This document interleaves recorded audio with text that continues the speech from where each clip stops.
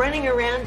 Jump off that exhausting hamster wheel and into balanced living with Dr. Marissa. Promise you joy in the mystery. Dr. Marissa, also known as the Asian Oprah. Her mission, to be a beneficial presence on the planet. Her purpose, to be your personal advocate to live, laugh, love, learn. Her life motto, don't die wondering. Take back your life with Dr. Marissa Pay.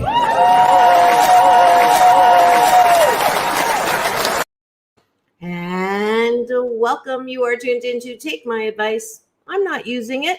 Get Balanced with Dr. Marissa, the morning show here on NBC News, CNBC News, and NBC Sports radio station KCAA, AM 1050, FM 102.3, FM 106.5, and streaming everywhere.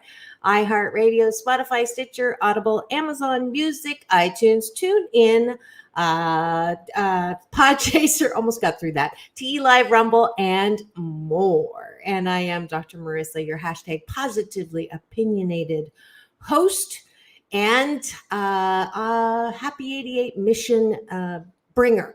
88 million more happy people in the next 8 years. Why? Because Lord knows we need to have a little more happiness and a little more good news to balance out all of the bad news that just keeps coming on. And the onslaught has not stopped, probably since the dawn of the pandemic. I know actually that hashtag BC19, what I call the time before COVID, there were still unhappy people. 1 out of 4 were on some kind of antidepressants or anti-anxiety medication. But no thanks to the pandemic, the numbers are worse. And there are a lot of people who are hurting for good reason. However, there are also a lot of people who are hurting themselves by continuing to bring more unnecessary bad things to their mind, their heart, their emotions. And so this show, one of the purposes of this show is to bring you some tools and ways to self-care. And thank you for that thumbs up. If you would like to chat with me throughout this show, I am live streaming, or love streaming, as I like to call it, on 2 platforms, Facebook and also on my YouTube channel, where you can free subscribe. That will allow you to just come and interact with me. And I love that. And I can put your comments on the screen, especially when we start off with having breakfast together. And that is the have a bite of my gratitude sandwich. And after we do that segment, we're going to celebrate National Logistics Day with a travel and trucking and transportation expert, Brent Hutto. And then we're going to continue on answering that question that we started yesterday. Question of the day was, how is it possible to change a racist into a peace activist? And of course, the answer is yes. And that true story is from one of my past guests who came on a few times, TM Garett, who used to be a KKK leader. And we started spotlighting that interview yesterday, and we'll continue with that as much time as we have today left over after we talk with Brent. So that's what we're doing today. I forgot to give you an Asian Oprah giveaway yesterday. This is the #1 best-selling book on Amazon, now available on Target and Walmart. I'm grateful for that. 8 Ways to Happiness from Wherever You Are. It's not a book that was written as a psychologist, even though I am an organizational psychologist. It's a book written for anyone that has had childhood trauma. And apparently there's 7 out of 10 of us. My honorable moniker, Oprah, says there's 8 out of 10 who have gone through some kind of childhood trauma. And if you're in that category, like I am, and you just feel like you're never going to feel good about yourself or worthy, or that there's something wrong with you, I have good news. If we're the majority, why do we think that there's something wrong with us? So I wrote this book to give you a way out of that constant pain, through 8 chapters. Eight's a lucky number in Mandarin. It's a homophone for good fortune. Out of loneliness into hope is the first chapter. And I promise if you do all of the exercises, you will never hate yourself the same way again. So that is available as my gift today, the audiobook. If you go to drmarissa.life and put self-love in the subject matter, and then I'll know that you heard the show and you're going to get a free audiobook. Okay. And let's see, it is the 4th coming up too. So let's see if I can find some fireworks to show you from the water, which I posted yesterday. And thank you all for continuing to support me on my social media. I've been putting up some reels, and thank you for the absolute great watching of it, which allows my nonprofit to gain some brownie points monetarily from Facebook and from Instagram. So if you're a shopper on Amazon, and if you're hearing for the first time that I do have a nonprofit, that's one of my hashtag COVID silver linings. I was able to start one because I had time. It's called 8 Ways to Happiness, of course, and it helps kids, teens, and young adults who have temporarily forgotten their birthright to happiness. So if you're a shopper on Amazon, please do use Smile Amazon, and that will help, and go to 8 Ways to Happiness, and that will give Amazon an opportunity to donate to the nonprofit. So xie.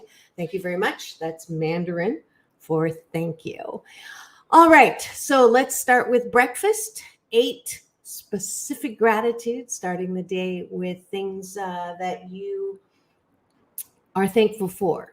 And this is part of a Blissipline, hashtag Blissipline. Dr. Wayne Dyer, I borrowed this from him. He said 5 gratitudes every morning. If you start that way, then you will inadvertently bring good things to you because your focus is on good things. And gratitude, as I mentioned yesterday, is like spoonful of sugar makes the medicine go down. That is from, that movie, Mary Poppins.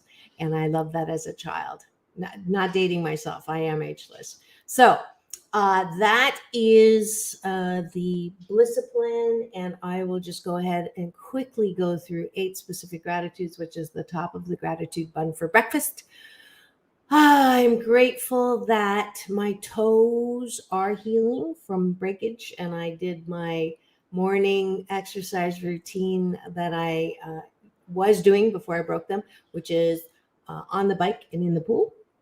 And I was able to do what I normally do, worked up to it. So I'm grateful for that. I'm grateful that I have lost 26 pounds now since Valentine's Day. I'm grateful that I am, thanks to a lot of the principles. If you missed that show with Marissa Peer, she's the RTT founder, Rapid Transformational Therapy. And she asked me, because people ask me now, how are you losing the weight? She asked me if I would feed my kids or a cute child some of the things that I was consuming, processed foods, things that are not good for your body. And if I would do that to a child, and I said no. So I'm treating myself as a cute kid. So before I put stuff in my body, I ask myself that. So that's 3. I'm grateful for hot showers. That's 4. I'm grateful for 1 year on the morning show. And I'm going to give myself a little applause for that, because where's my applause? There it is.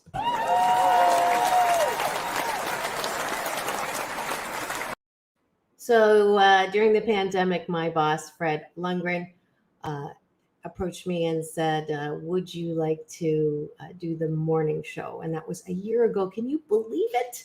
I've been on the morning show, which went from a weekly show of 1 time a week to 5 days. So I hope that you're happy with the daily shows. I hope that you're enjoying them. I know that I'm enjoying them doing them. However, I also am a little bit tired. So I have decided, I have this new idea that I'm going to have a contest for regular co-hosts, and we'll go through a competition for if you have always wanted to try the podcasting world or become a host, or if you have stuff to say, but you're really not ready for your own show. I've decided that because I'm on a lot, that I would give the opportunity for people to come and co-host with me and see if you're cut out for it, and have a competition, of course. It is the sister to the host competition that I ran earlier. And now it's going to be called the co-host auditions. And that way you can get your feet wet, and you'll get one show with me, and we'll pick a topic and see how you do. So if you've always wanted to try that, go to drmarissa.life, and in the subject line, put co-host competition, and we'll schedule you and see what happens. And if you get the most votes for your particular show, then you will become a regular co-host with me. So I'm putting the rules together specifically, but I wanted to offer that to you today. So that is to celebrate my 1 year. Okay, I'm on gratitude number 6, I think.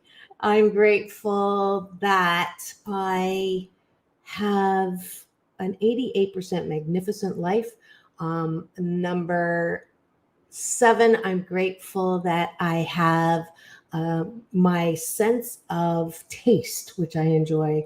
I am a huge foodie, so I like great food, and still want to get down to my girlish figure. And then finally, gratitude number 8, I'm grateful for all of you who continue to support the work that I do. So there's your 8 gratitudes, top of the bun. And then tonight, what I'd like you to do is 8 specific things that you appreciate about yourself. How good are you at complimenting yourself? And I know from my coaching clients that many people have an easy time complimenting other people and have a difficult time complimenting themselves. And that is a practice that I want to grow. I want you to do like push-ups on this particular skill, because I promise you that if you can appreciate yourself, you're less likely to be swayed by criticism, swayed by what people think. You'll stop walking around with antenna up. Who likes me? Literally, how many likes am I getting? How many numbers am I getting? All of that distracts from you living your life in a free way. And that's Out of Fear into Freedom is one of the chapters that helps a lot of people who, they just have their eyes on other people and always thinking, well, I want to be like them, or I want to, if I have what they have, then I'll be happy. And thanks to the tragic examples of Anthony Bourdain, Kate Spade, Robin Williams, that fame and fortune will not bring you happiness. So I want you to find happiness. It's an inside out job. I promise you that you can love yourself 88% of the time. So I want you to come up with things that you like about yourself. You may have to go and look for the compliments that you didn't believe first. But I do know that you are one of a kind, wonderful, loving, lovable, and loved. And there's 3 right there. 4, you are creative. Everyone is creative. You don't have to be an artist to be creative. You solve problems. You're creative. Number 5, I know that you are caring, maybe not 100% of the time, but you are, and I am. I know that you are doing the best that you can. And if you haven't read the 4 Agreements, I'm grateful that Don Miguel Ruiz has been, I've gotten to interview him. He calls me his friend, and vice versa. It's a great book. And I attribute my balanced parenting model to him. I took the 4 agreements and put it into how to have 4 agreements with your kids. Number 7, I am a good writer, even though my grade 9 English teacher told me that I was a horrible writer. And then number 8, I appreciate that I love to laugh, and I constantly look for things to laugh at. So there's my 8 appreciations. That is breakfast with Dr. Marissa, taking a bite out of my gratitude sandwich. Hopefully you've done the same. If you're driving, you can't write them down, but you can say them out loud. You can always email those to me or put them on the subject line, and I'm happy to promote them and you. All right, and that is it for the first segment.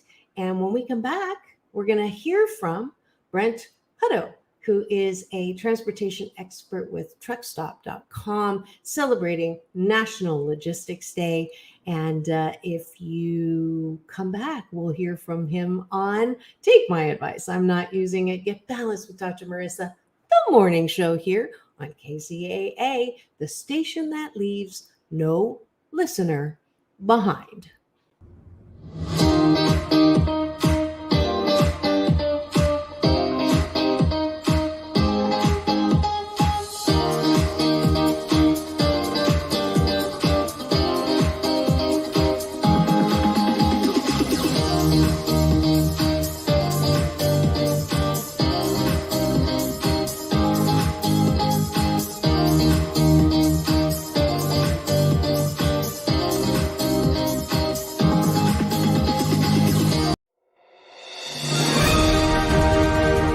Does the news scare you in the morning? I actually take my phone and plug it in outside of my bed, because I know that when I pick it up first thing in the morning, that more often than not, what I'm swiping is not good news.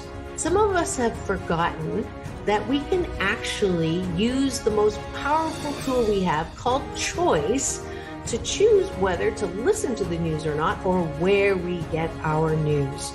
So that's why I'm so delighted to invite you to my show, 8 a.m. every weekday morning, called Take My Advice, I'm Not Using It, Get Balanced with Dr. Marissa, the morning show that focuses on hope and happiness and solutions to problems, instead of just ranting and raving about what's wrong with the world and what's wrong with people. Instead, I want you to find out what is good about you, good about the world, and good about our ability to be humankind. So please join me at 8 a.m. every weekday morning for Take My Advice, I'm Not Using It, Get Balanced with Dr. Marissa, the morning show on KCAA, the station that leaves no listeners behind.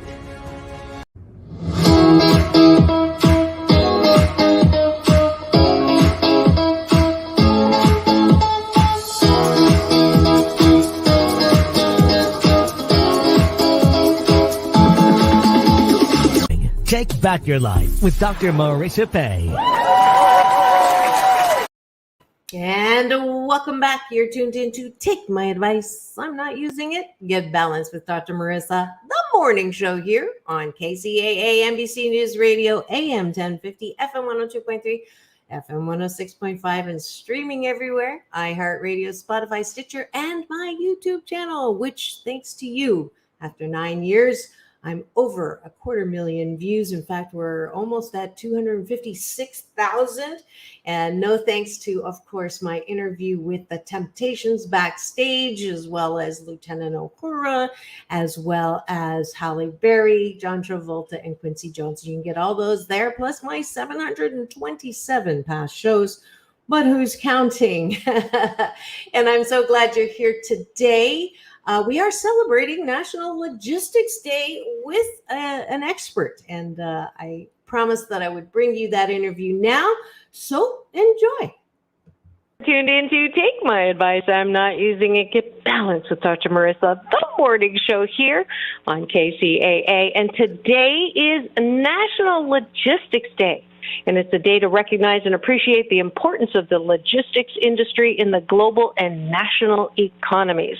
Transportation and logistics expert and Chief Relationship Officer for TruckStop.com, Brent Hutto, is here to talk about the key role logistics providers play in keeping goods moving and the store shelves stocked as the summer driving season shifts into gear. Please welcome to my studio, Brent Hutto. Man, well, thanks for having me, Doctor. I appreciate you having me on, and excited to talk to you and to your listeners about National Logistics Day.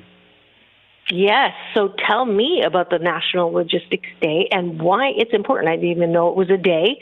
Glad to hear that it is. Well, your response is not uncommon. Most people before the pandemic were like, National Logistics Day, great. When's lunch? But yes. During the pandemic, all of a sudden it was like National Logistics Day is every day. So it's really a day that was set aside a few years ago just to recognize all the participants that help make the American life and American experience what it is, because that's what they're dedicated to do, is to get goods moved from the manufacturing of them all the way to the place that they're going to be purchased or to your house, to your front door. And when you think about it, the greatest player in that is the trucking industry, because over 70% of all freight is moved on a truck, by a truck, in a truck. It's just going to be in a truck. And so the dominant player and the most important part of it is the trucking industry. And that industry is run by over 4 million trucks that are on the road and roughly a million trucking and logistics companies.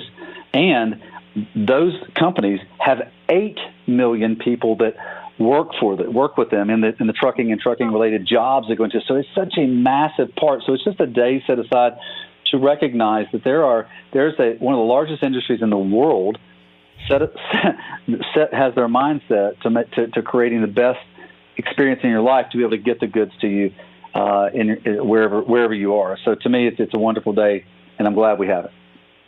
Yes, I had no idea that it was that far-reaching, and it's definitely something we've taken for granted that we didn't know was important until the pandemic, and now that we're feeling the shortages and seeing things we've never seen before, like empty store shelves.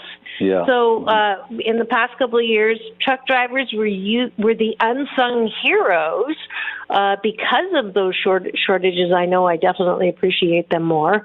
Can you tell us about the work that happens behind the scenes for that enables them to make deliveries? Yeah, sure can. You think about, one of your specialties as an organizational psychologist is to help create that structure and things. And so the structure that helps support those 4 million truckers on the road is those 8 million employees that we're talking about. And these include like warehouse workers, dock workers. Like it could be in a warehouse, but it's got to get from the warehouse to the dock to on the truck. The third-party logistics players like brokers that help work with the manufacturers to be able to get those goods coordinated and organized and on trucks. And so it's all the players that go in the marketplace, because during the pandemic, everybody in transportation was essential. It wasn't just the trucks. It was every person that touched transportation was essential. So where we all kind of got to go home and kind of work from home or maybe even take some time off during that, they didn't. And they didn't stop at all. And that's what makes them such great, wonderful people that are dedicated to helping others. And so that's just what makes them amazing, Doctor. And so that's the idea of the greater sort of ecosphere that makes this happen. Absolutely. Going to have to show a little more appreciation there. Tell me about TruckStop.com and how the company is uniquely qualified to keep goods moving. Yeah, I appreciate you asking. We're a very unique company. We believe in transparency in the marketplace. And so when we started in 95, we built this. We're a technology platform, so we exist on the internet. So we're a technology company that believes that transparency of data and information helps people work better together. And so we made all the data in freight transportation that's within our marketplace, and it's about 100 million loads available for somebody that owns one truck or two trucks or three trucks. And so we made all that data available to them, and so we match up the empty truck and the person trying to move it, which is the brokerage company. So we match them up, and then that gets extended into even back office things like organizational things that helps them organize paperwork and those sort of things, and even rates and all the stuff that goes in the market. And so we just want to make it easy as possible for truckers to do their business, and software is a big part of that. And so that's why on National Logistics Day, we wanted to announce our partner marketplace that extends that into the market. Interesting. So you're like a truck go, not a truck stop. Yeah, no doubt. Sorry, couldn't resist. No, so that's okay. Can you tell me more? Yeah, I sure can. You tell me more about today's announcement and the benefits to the logistics industry? Yeah. Thank you for letting me do that. I appreciate it.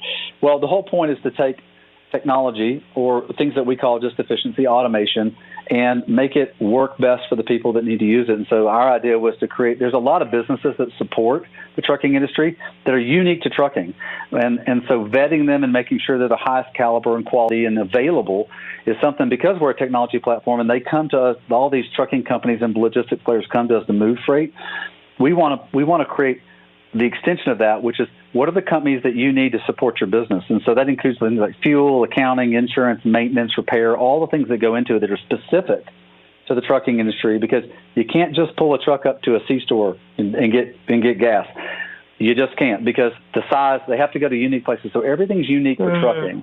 And so the impact is that we want to create the greatest efficiency, and that's the most important thing. Efficiency creates profitability. Profitability makes happy transportation companies and happy American households, because the goods get there faster. Absolutely. So what's the connection between National Logistics Day and National Insurance Day? Oh, good question. Thank you for asking that. The connection is that you've got 4 million trucks that are in the marketplace that all are required by the federal government, from a safety aspect, to have a certain required amount of insurance to make sure that they are protected in case there's any issues, but also as a catch-all to make sure that they are covered no matter what happens in the market. And that's not just for the truck owner. It's also for the freight that's in the truck. It's also for safety on the highways. So the Federal Motor Carrier Safety Administration, which is the governing body of the Department of Transportation, requires this. Now, truckstop.com takes it even further. Every time you log on, if you're a truck owner, we check your insurance to make sure that you have what's required to be able to move freight, to keep a safe marketplace. Because the safer the marketplace, the safer the highways are on the road, the safer it is for me and my sweet wife and our 6 kids to go up and down the highway. Wow, that's another topic. We're not going there. Yes, but where can we go? Where can we go for more information, Brent? Well, thanks for asking. And it's same place for the last 26 years. It's truckstop.com, and a really simple, easy URL. And just go to truckstop.com and look for marketplace in the navigation bar. But we appreciate you having us on, and we're here to help no matter what. Absolutely. That's Brett with truckstop.com, which I'm going to change your tagline to, "We are not a truck stop. We make trucks go." Thank you so much for being on the show and giving us a celebration for National Logistics Day. Keep it tuned here. Thanks so much, Brett. You're welcome. Thank you.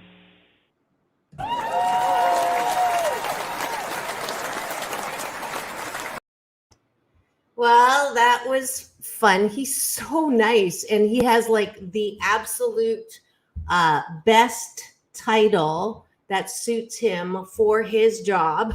He's the Chief Relationship Officer. I'm going to have to steal that for my company, although I'm a solopreneur, so I get that title myself. I'll be my own Chief Relationship Officer. But I thought that was delightful. And obviously, logistics and transportation and truck drivers, we totally took for granted. I never in a million years thought I would be so cognizant of their work. No thanks to the pandemic and the empty shelves and the cargo ship stuck out, and the shortage of workers all over now that continue the ramifications, the delay in the impact of the pandemic and what we're going through. So again, that's gratitude and appreciation for people that we may have taken for granted. So thank you to Brent for that.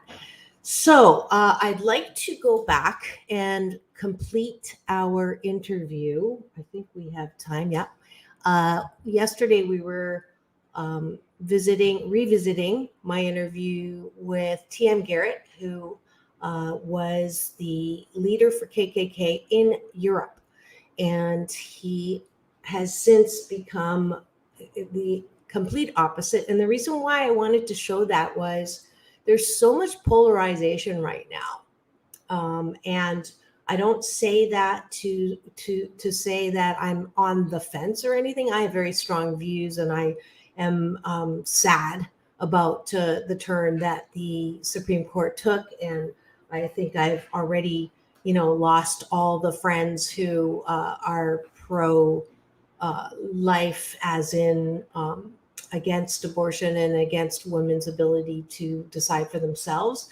I don't think they're listening anymore because I've made myself pretty clear on my social media. But I do believe that continued polarization and continued hatred and continued ranting and continued abhorrence is not our way to solution. And so I remembered my interview with TM Garett and what he said about the role of hatred in disallowing people to be able to move into someplace different. So if you hate someone and you hate what they're doing, you're basically putting up a wall and a barrier to anything possible in coming to some kind of movement for that person.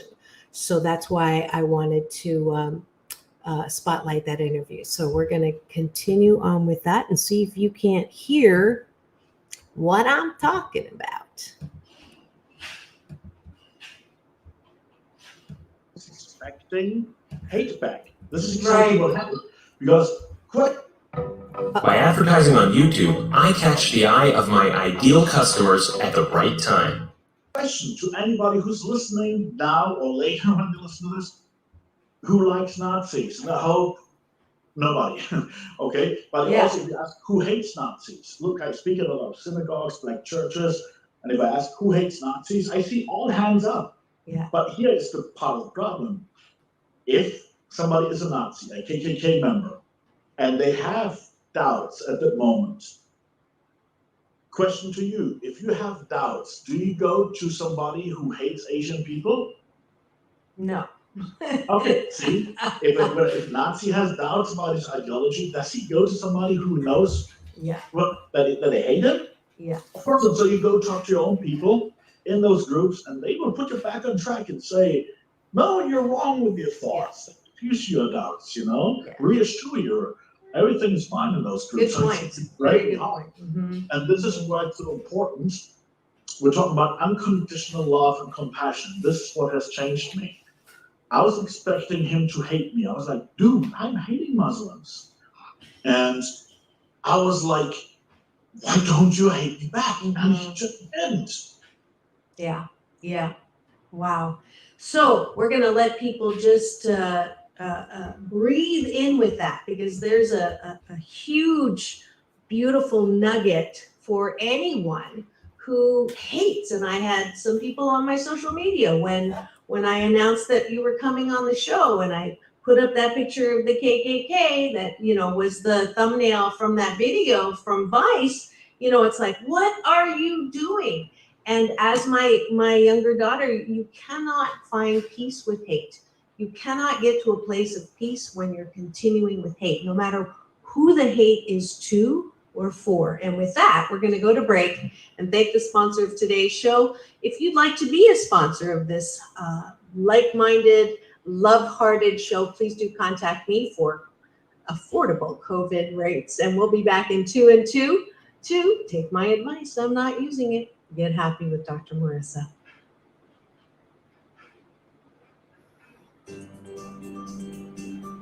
Are you having a tough time feeling happy about what's going on around you?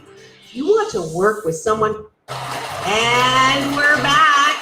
Yes, you are tuned in to Take My Advice, I'm Not Using It. Get balanced with Dr. Marissa every Tuesday at naturally high noon. Here, broadcasting out of Burbank, California with UBN Go Studios. And then every Saturday at 6 with my CNBC NBC News Radio channel, KCAA, AM 1050, FM 102.3, FM 106.5, and anytime on demand, iHeartRadio for the audio and YouTube channel, Dr. Marissa for the audio visual. And today we have a fascinating guest who is going through how he started as a troubled child and moved into skinhead, neo-Nazi, and KKK leader, and his moment of clarity, or his moment where his hate crumbled from his loaf of hate. I love that analogy, TM. And we're right now at that moment, and continue on, TM. So you see what happened there when that Muslim at whose table I was sitting showed me that compassion, and I was like, I'm hating Muslims, and he at the time he was just giving me back this damn love, nothing but damn love, and I didn't want that. I'm hating you. You gotta hate me back, because this is what everybody did. This is what's normal.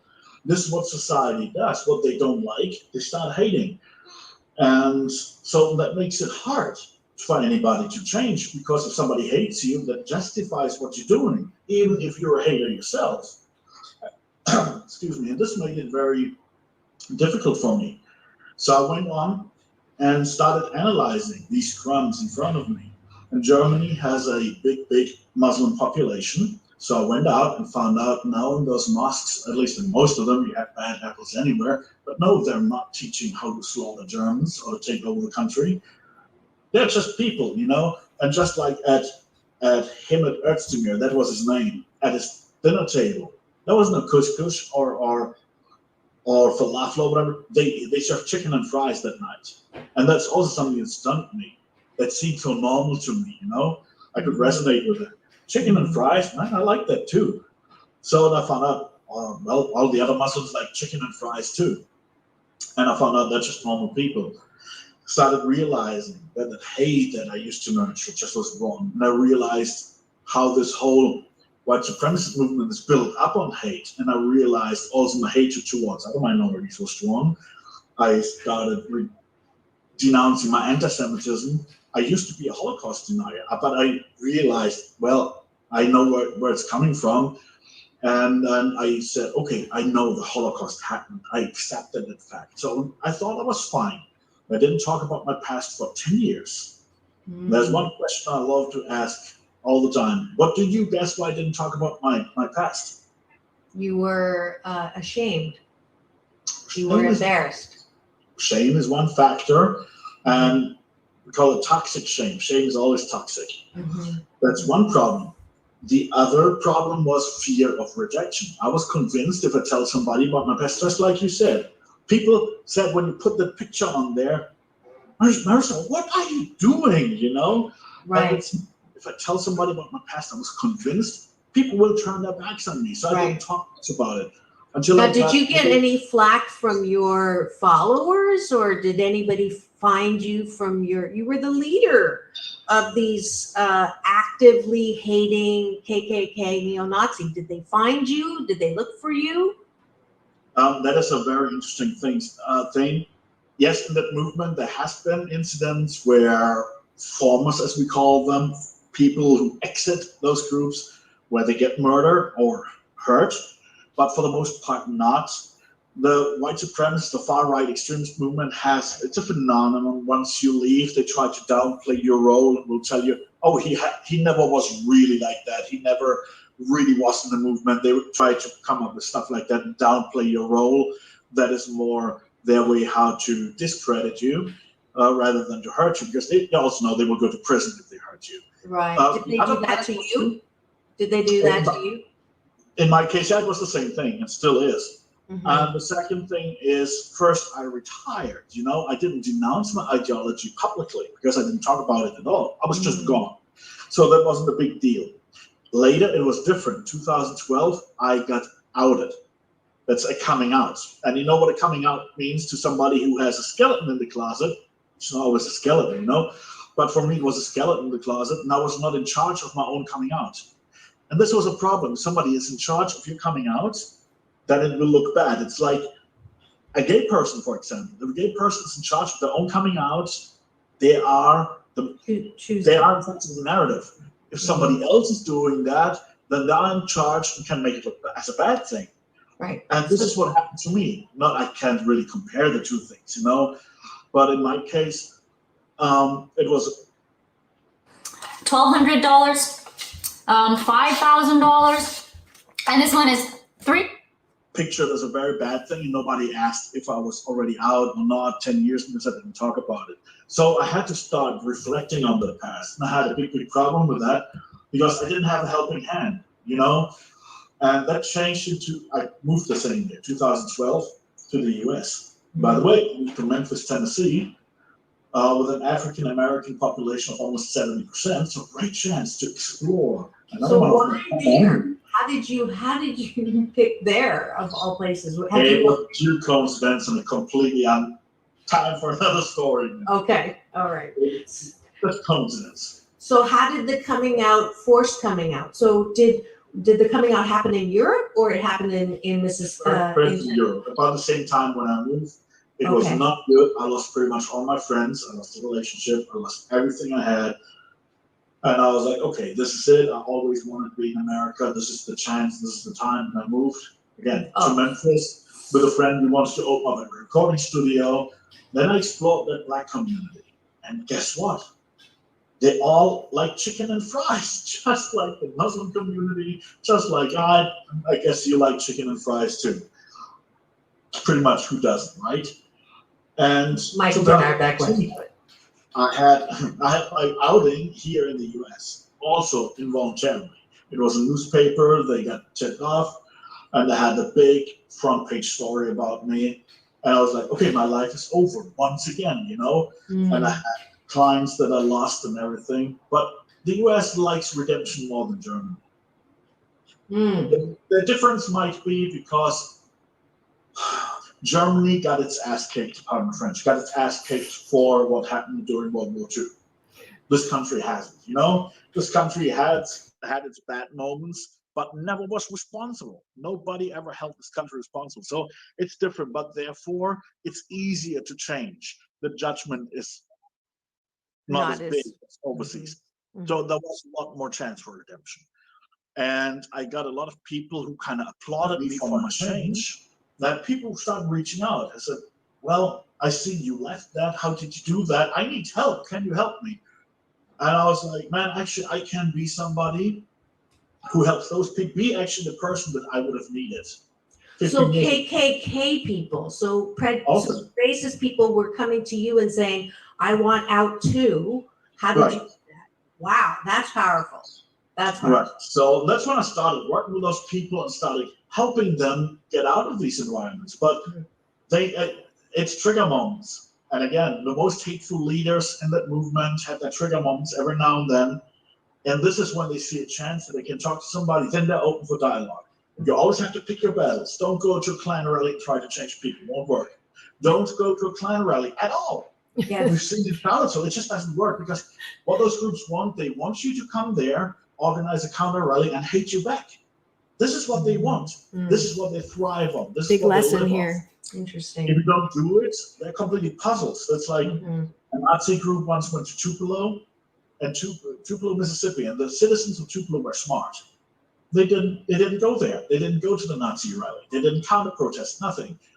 And one of the members of the Nazi party was like, man, this is so boring here. Why can't we hear people hating us and we could just smack them some chairs on their heads? And they couldn't. They said that's the most boring rally ever. Yeah, that's that nonviolence. Thinking, why didn't they come? Why don't they hate us back? This is exactly what it is.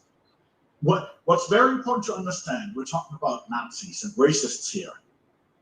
But you think, oh man, can I change those people? We have to start somewhere completely different. Mhm. Look at this country right now, at this divided environment. And you have people hating each other because of how they vote. Mhm. And this is what I say, we have to show unconditional love and compassion. If that can change neo-Nazis and KKK leaders, then it can change people who hate each other because of how they vote. And this is the tricky part with unconditional love that I preach. Love people as human beings, but you can dislike the ideology, you know? Mhm.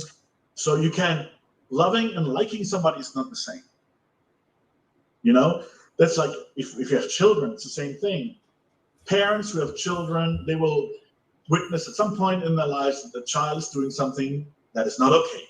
It happens to every parent. It happens to my parents with me. It happened to me as a parent with my kids. And I said, Mhm. you don't like my kid for that right now, right? Yeah. But did you Yeah. stop loving your kid? Yeah. No. This is what unconditional love means. You still love your child. You don't abandon your child, no matter if you like your child right now. And this is like, let's say you're a Republican and you don't like liberals and Democrats, but you still should love them as human beings, or vice versa. You're a liberal, you're a Democrat. Mhm. You're like, a person votes for Trump, probably hates me out. I hate that person back. And you see that unfortunately way too often. Mhm. And this is the hard part. If you have somebody say, I don't like this person, I don't like what this person does. Mhm. And then somebody like I is telling you, but you should love that person. It's a little weird. Right. It's like in a relationship. Look, me and my wife, we have a great relationship. But yes, there are moments in a relationship where you don't like each other, even if it's just for a minute. But what Or about for- the whole but you idea still of love each what you permit, you promote, or what you allow, you condone? So what if, you know, there's a child molester or an active shot someone because of the color of their skin? How do you unconditionally love or show compassion to someone like that, or a leader who actively is racist or shows racist behavior, or it's very difficult to be balanced around hearing some of the things? Mhm. How do you do that? It's a little bit tricky. If you talk about a child molester, it's extremely tricky, of course, especially if that person already has molested children. You need prosecution for sure. You always need the law taking care of these people. Punishment, law punishment, you need that, but not social punishment. The people who have done something, law is taking care of them. They go to prison for what they've done, period. And the law is taking care of that. This is why re-socialization doesn't work. If somebody comes out of prison and you had these big movements re-socializing those people back in society, and for the most part, it doesn't work out. Those people always end up being in prison because they have the label. Oh, he's a felon. By advertising on YouTube, I grow my business by reaching my most important customers, people like Allison. You're hiring them. You don't want them in your neighborhood. Again, when we talk about child molesters, that's a completely different thing. Maybe let's put that on the side. This is really, really tricky. But if we talk about somebody who already shot somebody, can somebody like that be re-socialized? Maybe. If they paid for what they've done, can you forgive?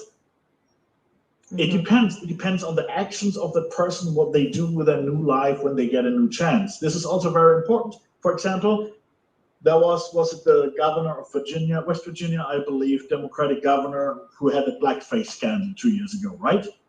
And people asked me too that he was blasted there and everything. And I said, well, people deserve a second chance, but only if they own their past and do something good. If they really have changed, say, hey, okay, I messed up there.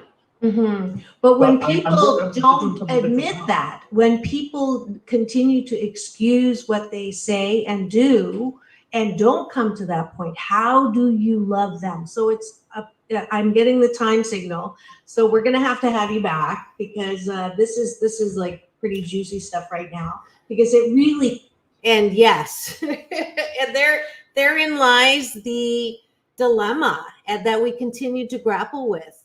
How do you unconditionally love people who do or say or act in a way that is wrong? And I know that we're struggling with this right now with the overturning of Roe versus Wade. I will go back to what that key thing that he said, which is, if there's someone on the fence, if there's someone who's having some doubts about the whole topic of abortion, or having doubts about, their religious upbringing in pro-life, or whatever that is, are they going to come and get clarity from people who hate them? Are they going to explore with people who are so, spewing back the same hatred that is spewed towards them? And that was the point that I wanted to bring up. Several more got made there, and it's a brilliant case study of someone who was extremely inside the KKK, which is, skinhead KKK, and all of that is an extreme of example of hating differences. And the fact that he's now, running nonprofit, he's a homing beacon for anyone who came from that, who has swastika tattoos, to remove them. I mean, he's doing amazing things. So I'm grateful that I have his interviews in perpetuity on my YouTube channel, so that you can all sample and re-listen to there's nothing more compelling than hearing from people who have gone through a process that we don't think is possible. So to answer that question, can you change or turn someone who is a KKK racist to a peace activist? The answer is yes. So hopefully I answered that question of the day. We're at the end. I'm going to play a quick, if I can find it quickly, just to show you what's coming up on Friday. My guest.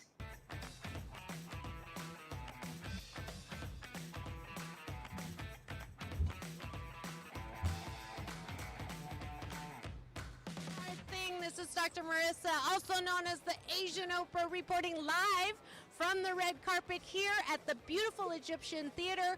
This is my favorite actor in the entire world. We've known each other all of your life, just about. And he gets to play a wonderful role in this movie. How the heck are you? I'm amazing. Now, how are you? I love your dress. And now you know why he's my favorite actor. So, let's see. All right. And he'll be coming on Friday because he's in Stranger Things. So you can't miss it. Tomorrow's compliments, callers, and commercials. Thanks for tuning in to show number 728. This is Dr. Marissa, reporting live from my living room during the pandemic, reminding you it's all about balance, peace in, peace out, world peace through, inner peace. Now go and have the best day ever. See you tomorrow.